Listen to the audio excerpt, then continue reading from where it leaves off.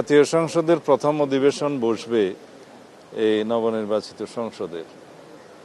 সেখানে সংসদ সদস্য হিসেবে আমরা যারা শপথ গ্রহণ করেছি তারা সংসদ সদস্য হিসেবে যোগদান করব।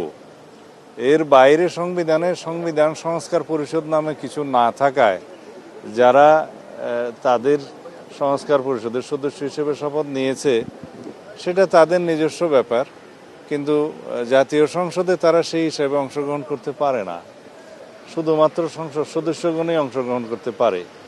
তা এখন সংবিধান সংস্কার পরিষদ নিয়ে যে সমস্ত আলাপ আলোচনা মাঠে ময়দানে হচ্ছে, বিভিন্ন জায়গায় সেমিনারে হচ্ছে বা বক্তৃতা বিবৃতিতে আছে, সেটা একটা রাজনৈতিক অধিকার হিসেবে তারা বলতে পারে, কথা বলার অধিকার আছে, তারা দাবি তুলতে পারে। কিন্তু অসাংবিধানিক কোনো কিছু আমরা জাতীয় সংসদে উত্থাপন করতে পারি না।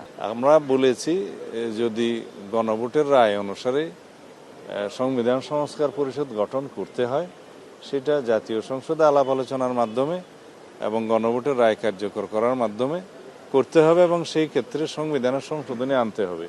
সংবিধানের সংশোধনী আনলে সেটা সংবিধানে ধারণ করার পরে জাতীয় সংবিধান সংস্কার পরিষদের সদস্য হিসেবে শপথ নেওয়া হবে কিনা, কারা সে শপথ গ্রহণ করাবেন, কে করাবেন, কোন ফর্মে করাবেন, সেগুলো সব ধারণ করতে হবে। তো সুতরাং এগুলো একটা দীর্ঘ প্রক্রিয়া, আলাপ আলোচনার বিষয়।